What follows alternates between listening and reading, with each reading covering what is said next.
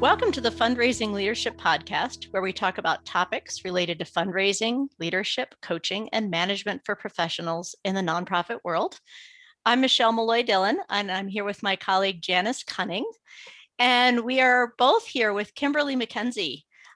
Kimberley is the founder and CEO of the Intersection, a social enterprise focused on candid conversations and meaningful connections. She's an award-winning fundraiser, a certified fundraising executive, an AFP International Master Trainer, and Kimberley helps people create transformative results for their organizations and thrive in their jobs. Kimberley, we're so happy to have you with us today. Thank you. I'm so happy to be here. I love your podcast. I can't believe I'm actually a guest on it. So thank you for having me. Well, we appreciate having you too. You are a very experienced podcaster yourself. So it's wonderful to be able to collaborate for this one. Yeah. And I'm looking forward to being on Kimberley's podcast in the near future. Yes. So more to come on that. Podcast about podcasting with podcasters. Like it's just a big, I don't know if it'll ever get published, Janice, but it will sure be fun to record. It'll be very meta. Well, Kimberley, you wrote a wonderful blog for our fundraising leadership website where you tell a story, a very personal story of how you influenced a fundraising program to take a big risk that resulted in really high growth and a really big shift in culture. And tell us a little bit about that story and what you learned from that experience. Wow. My stepdaughter's playing her trumpet in the basement, so apologies. This is life now. This is incredibly life. Authentic recording. Well, thank you. It's a story that I've been waiting to tell for 10 years. I mean, sometimes it takes a while, right? And it's a story that jumps off of a pretty well-known direct mail pack now called the Ruby pack. And I was working with my direct mail consultants, Jen Love and John Lepp from Agents of Good. They suggested I do something completely crazy, and I swore at them and said, there's no way, like you're asking too much of me to get my organization to go completely off brand, not use the logo, and write a letter in the voice of a bird. Like, that's nuts. And they said, no, you should try it. And they convinced me. And I had done the back work to create alliances within my organization, because if that idea had come a year earlier, it never would have flown, so to speak. Yeah. In hummingbird language. So we talk. I mean, it's a very tactical lesson on doing a great direct mail piece that Jen and John and Tom Ahern have used all around the world. But this part of the story that isn't told is, how did we get to a place where an organization was willing to trust their fundraiser to take a risk? And so that's the story in the article. Yeah, you talk about the need to listen more and to direct less in that process. And I thought that is so interesting. Well, when we stop and we think about frustrations of fundraisers, we are often seen as heroes that come in to save the day, right? There's a lot of work that goes into how many organizations say, oh, if we only had a fundraiser, all our problems would go away. And then we have a tendency to come in and act like heroes. and my experience was, and I've seen other fundraisers fall into this trap, is I came into that job with far too much ego, very driven to create change very quickly. And I didn't stop to take the temperature of the room. And I almost lost that job 3 months in as a result. So, yeah. I love that you shared that part of the story. And like you said, it's a story that took you a while to tell, right? But I think so often we have to grow and learn from those moments and kind of process them before we're really ready to share. I think it's hard to share those when we're in the midst of it, but it's so important for leaders who've overcome that, made those mistakes, right? Come in a little bit too hot, and then to be able to say like this was the impact, and then this is how I actually dialed it back. So I really admire that you're now willing to share that, because I think a lot of leaders are going to learn from that. Oh, thank you. Well, we're complicated. Human beings are complicated, right? And so there are a couple of things. I mean, I really believe if you name the shame goes away.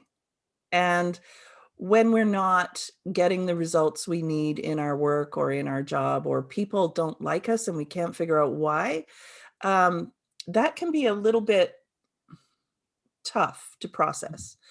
But in addition to that, the reason this story took so long is because I didn't see all these pieces coming into play to lead up to how did we do that mail pack. It wasn't something,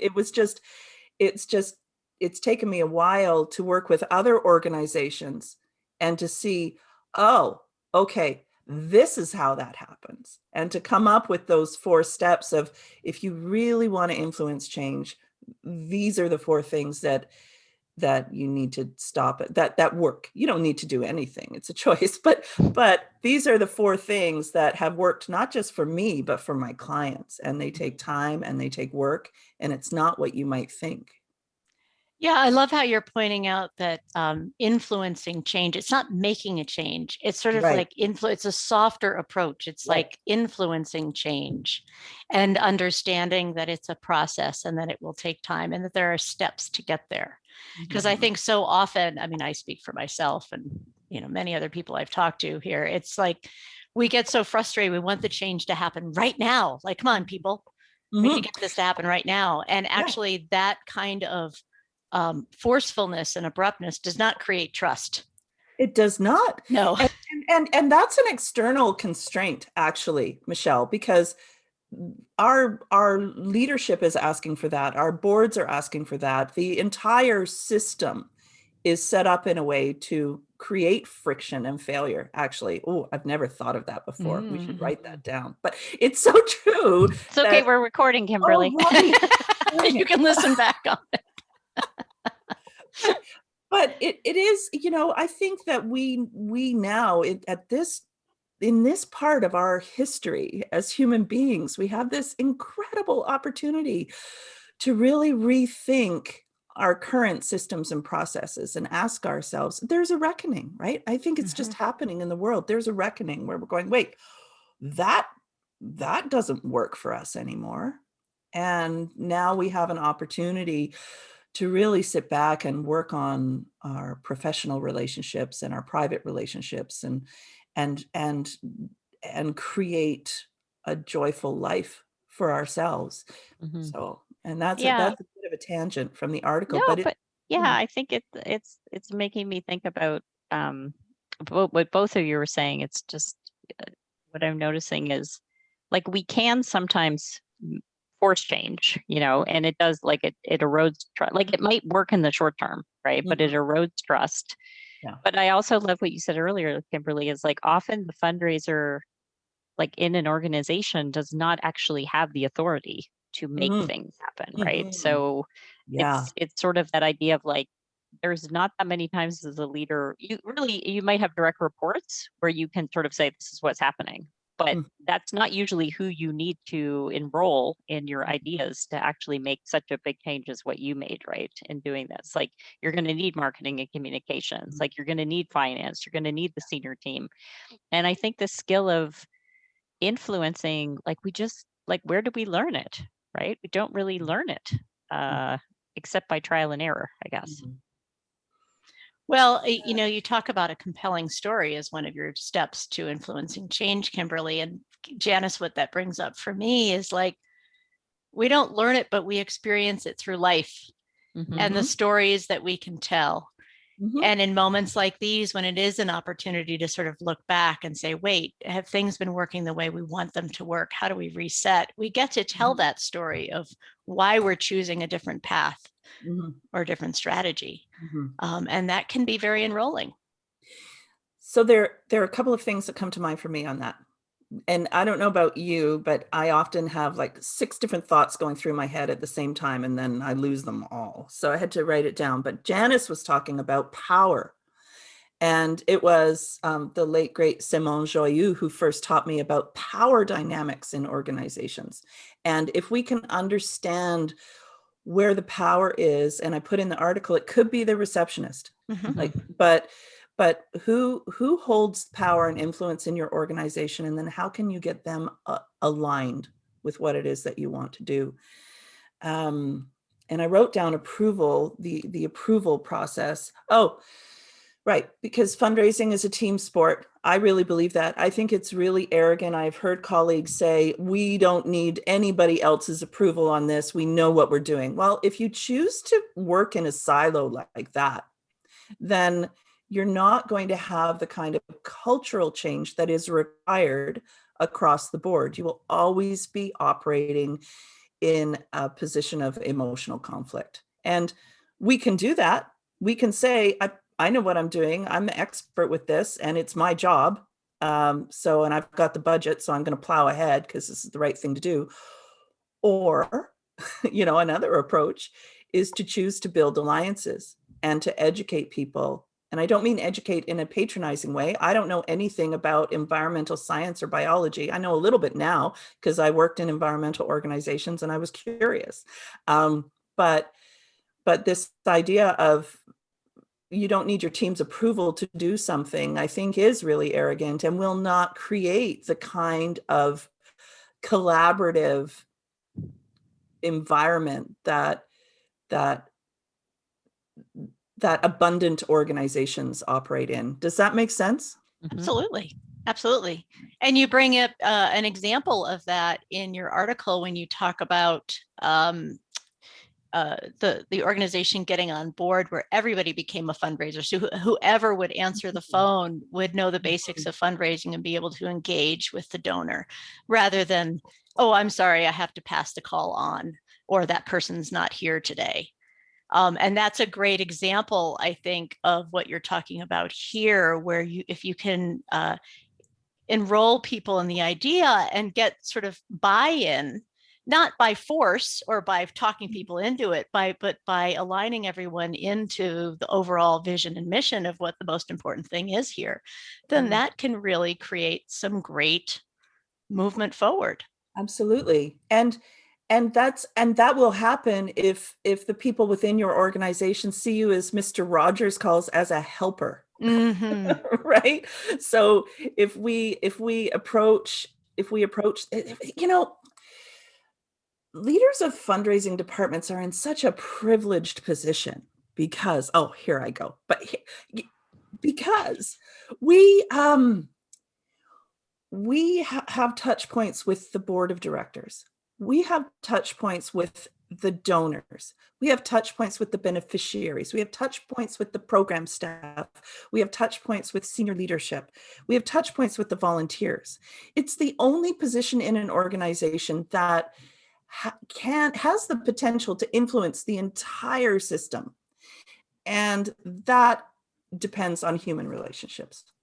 And it's through our failures or our mistakes to have the maturity to step back and go, oh, that interaction didn't go the way I hoped. I wish I could rewind there and do that again. That's why I love coaching, because often I say that to clients, like, if you could go back and do it again, what would you do? Because it's only in claiming what you would do different that you can do it better, the next time, right? We're all just a hot mess. Like, exactly. We really are. Oh boy. Yeah. And the other, I you kind of alluded to it earlier, but I love, you talked about the distinction. Is it task conflict and emotional conflict? Yeah. Talk a little bit about that. Well, Adam Grant talks about it in his book, Think Again. And it was through reading that it was just a light bulb moment for me. And so I'm trying to decide whether to get personal or speak in theory. Personal. Really? Well, it's always so much more risky, though. But here's the thing. In that case study that I shared, there were two strong women who were not getting along. me and my executive director. And I was like, I wrote about a bull in a china shop being, this is what, and there was a whole bunch of ego and insecurity, and every discussion and every conflict felt personal. Mm. And that wasn't working. And that was, and I remember we very clearly, she took a big risk bringing me in. There was no search process. she took a big risk, and I took a big risk leaping, and we really wanted it to work out. And so we did have to have a day of reckoning where it was like, holy crap, our relation, like if we don't fix this, nothing else is going to be successful. Yes. And so we had to have that moment. And that's what Adam Grant talks about when you're taking things really personally. It is an emotional conflict. However, and I say this to clients all the time, friction is good. Mm-hmm. You get traction, and then you can get momentum, and then you see results. So it's okay for us to disagree. This is task conflict, right? You often see it between communications and fundraising departments.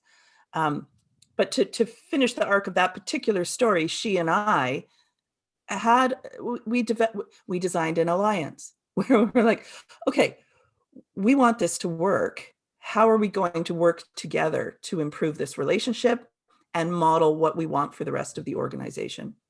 Yeah. And then we did that. We disagreed on multiple times, but we also ended up going on vacation together.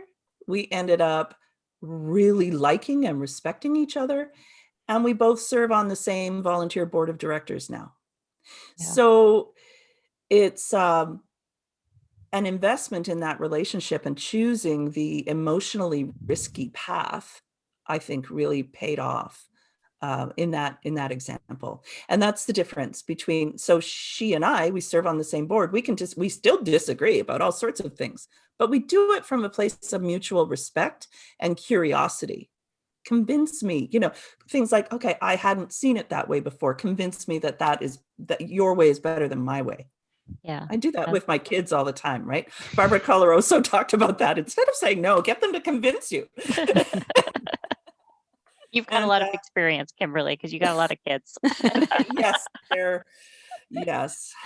Just take a drink of water on that one. Yeah. I love, I use an assessment tool where it's the conflict piece. I like how they describe it as like healthy conflict is that engaging, like opposition, basically opposing ideas, like debating, and then it becomes unhealthy when it becomes personal when someone's self-worth is threatened, right? Like I feel like I can't live my values, or I'm not being respected for my strengths. Yeah. And that's the kind of conflict that like really depletes us, Absolutely. At work. And I actually think, like, as you were listening, like talking, I was thinking, I haven't really thought about it this way before, but it's like, it's almost like a dynamic. I think I was watching a TV show where this happened the other night. Oh yeah, The Good Doctor. I was watching The Good Doctor this week. Oh. And there's two people who like are flirting, but not getting along, like one of those dynamics. And somebody challenged him. I love those shows, Janice. Yes, love those shows. Yeah. But it was so funny because one of the other doctors said, you can't listen to her ideas, because he couldn't unpack them from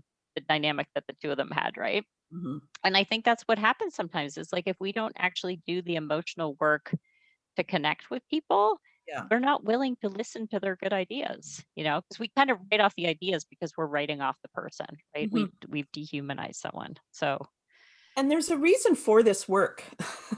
There's the problem we can solve by doing this work is staff turnover in the charitable sector.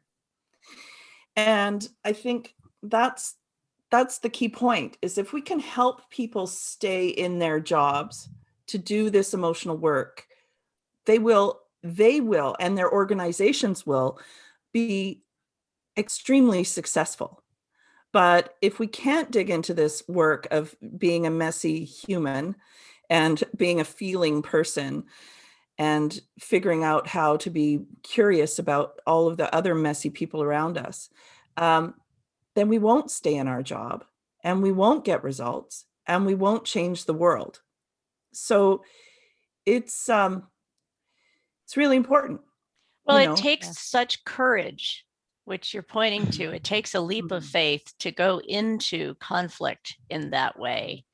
And you just laid out such a perfect example of how being curious about each other is sort of like the catalyst for being able to have that courageous conversation. Well, yes, and I mean, we all are coaches. Some, and it takes a lot of work to be able to do that. So I don't know if I think some people may need to access external resources before they dive into those scary conversations. I would never put my 13-year-old behind a car, but we'll ease a 16-year-old into driving, and ultimately they can drive across the country by themselves, so yeah. So it's a good point. Yeah. And I think there's definitely like the one-on-one, like coaching, but there's also like team engagement, we certainly do a lot of work about conflict. And like I was saying, Michelle uses DISC, I use strength employment inventory, and those tools are often just like a very empowering way for people to understand how they're different at work, and in their communication styles and their motivations. And that can often be a way to open up that conversation that feels a little bit less threatening, right? Yeah. Because it's not like so much about a one-on-one dynamic. It's more about like, oh, let's be curious about how we're different and what our different strengths are. And that's what opens the curiosity. It's like, oh, we are different. Isn't that kind of cool? How else are we different? How are we the same? Then you begin to open up those kind of conversations. And then, oh, I actually really like you. Yes. Yeah. I know, isn't that funny? Or I actually really respect you, but I also fear you. And that's really been impacting our relationship. What's that like? Yeah. But I also loved what you said, Kimberly, like about the reckoning earlier. Like, I think that's the thing, is like, there is a way. I think people are not willing to stay in organizations like that, where it's like, yeah, I'm not being respected. I mean, some people have to, right? I don't want to say that, but I think that one of the great things that's happening is there's much more of a feeling like as a person, like I am going to choose to move on, and it makes me sad sometimes. Like, I think it's great. I run my own business. I love when people run their own business, but I do think it's sad when people feel like they have to become consultants in the nonprofit world because there's no good organizations to work at, right? That makes me sad. But it doesn't make you a great consultant either, in all due respect to other consultants. Yeah, that's true. Yeah. So I think that's the thing. It's like we're at a time where people want great leadership, right? And they want to have these kind of healthy organizations to work for. And if organizations don't step up and actually help their staff learn these skills, like learn how to influence, learn how to have positive conflict, then you're right. It's like that same churn of like a year and a half in an organization, and then I'm moving on, is going to keep happening. Yeah. Okay. So we have been talking about a leadership deficit in the charitable sector for years. The first time, I think 2005, 2006, there was a lot of work about a leadership deficit. It's 2021 now. So let's look at what it takes to be an effective leader in an organization, and what it takes to be an effective leader today is very different than what it took 20 or 30 years ago. So we do need to figure out how to fix this cycle of a 6-month honeymoon period in a new job, 6 months of learning that you're not going to be effective because the system doesn't support what needs to be done, and then 6 months of looking for another job. Because that's not going to serve anybody. But that's what happens. Yeah. So, and then when you look at the fact is, it also takes 18 to 24 months to realize a major gift. So if you're so busy trying to find another job or being unhappy in your job, you're not going to be effective building the kind of relationships you need for a successful fundraising program. And I only know this because I've messed it up so much myself. But now I guess I can see that this is a broken system, and there are ways to fix it, and to be this probably doesn't make sense, human forward. I don't know. That's a new Yeah, thing. well, that's another word. Like I see that as another word or another way of looking at the positive reinforcement that you actually talk about in the blog too. It's like notice what people are doing really well. Everything might not be Yeah, going great, right. but having that kind of positive reinforcement to say Yeah, thank you, to notice, actually has a really big impact on right. people feeling like, oh, okay, I know I'm doing something right here. Yeah. I feel safe with you, Yes. Mhm. right? And Yeah. creating safety, creating a safe culture, also creates a culture that is willing to take risks. Right. Yes. And if you can do that, then maybe your director of communications will be okay with a little test of not putting a logo and putting bird footprints on an envelope, maybe. But I think I wanted something else that's sticking in my mind, though, is this idea of leaning into challenging conversations. And I think one of the things that I've learned through the coactive coaching training is the idea of asking for consent to do that. Mhm. And so if we know that there is going to be what my husband, who is also a management consultant, calls a come to Jesus conversation, a come to Jesus moment, we maybe should get consent from the other person we need to engage with to have that conversation. And then when you do that, then it changes the atmosphere. People don't get defensive or feel attacked.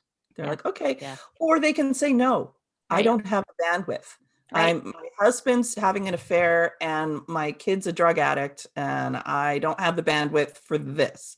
Or I'm living through a global pandemic and or we're living enough. through a global pandemic, right? So I think, there's a lot of that right now. Yeah. So let's first of all, if you haven't read it, listeners, if you haven't read it yet, read it, because there's so much, like Michelle said, there's so much to glean from these stories. And I love that you've gone really, really personal, Kimberly, because like you said, it's like you can talk theoretically about these things, but actually telling your own personal story will help a lot of people. And then we'd love to give people something to try. And we know you have something that's that's a little bit edgy and maybe a little bit scary that you want to challenge our listeners to do. So tell us what that is. All right. Well, I would love for people who are listening to this and identifying with the stories that we're sharing, and then they have somebody in their organization that they comes to mind for them, someone who you may not have a great relationship with and you're faking it until you make it, maybe be curious about them and book some time to sit down and declare that you're finding the relationship challenging and you'd like to work with them on it. And I suspect people will be surprised by the response to that. It's very disarming. And you can even, they can say, yes, but I need to prepare. They can make an appointment, but to lean into that. And I know that you have a lot of resources that will help with challenging conversations. So maybe you can share a tool. Yeah, we will share a tip sheet. We have a creating healthy conflict tip sheet that we will share. I'll put the link in the show notes, and you can find it on our free resources page on our website, the fundraisingleadership.org website. Yeah. And that's a great complement to the exercise that you're challenging our listeners with, Kimberly. I would love to hear how it goes. I was just going to say, Kimberly, I know you love networking and you love bringing together the community. So we've linked in the blog to Kimberly. So if people want to reach out to you, on social media, I'm sure a lot of people will want to reach out and kind of share their own stories, I suspect. I would love to hear them. Oh, great. Thank you. This is a great, I think I just want to end with, we are standing on a platform of possibilities right now, I think. We are about to see extraordinary growth across multiple sectors when this world opens up. And it's a wonderful time where we can press the reset button on any challenging relationships that we may be having within our personal, but today we're talking about our professional lives. So I think the future is very bright. Yeah.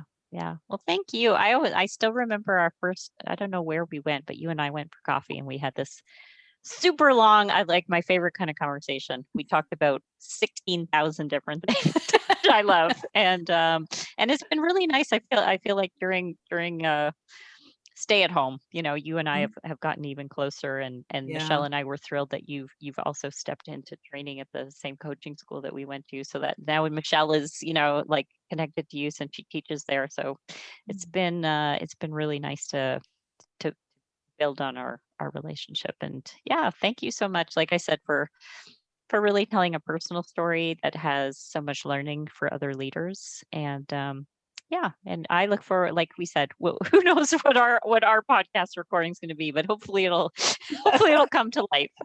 I appreciate you too, Janice. And I remember that meeting, and I remember there was a high top table, and I'm always really uncomfortable on high top tables. Me too. I wonder why we sat at a high top. But I'm really loving this relationship too. And thank you so much for inviting me. It's really been a lot of fun.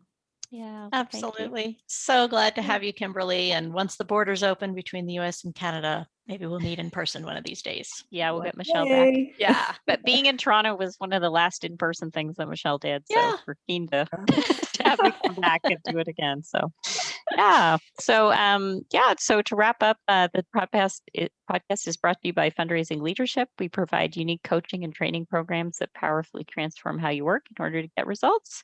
And we'd love it if you subscribe if you haven't already. We're on iTunes, Google Podcasts, Amazon Music Podcasts, and Spotify. And if you're enjoying the show, please rate and review so others can find us. And as Michelle mentioned, we're going to have a link to our free resource of the week, which is the tip sheet around having healthy conflict. So Kimberly's issued a big challenge to reach out to that person at work that, you might have a little bit of a sticky relationship with, and be authentic and try and be curious and redesign the alliance that the two of you have. So we're encouraging you to go put that into practice.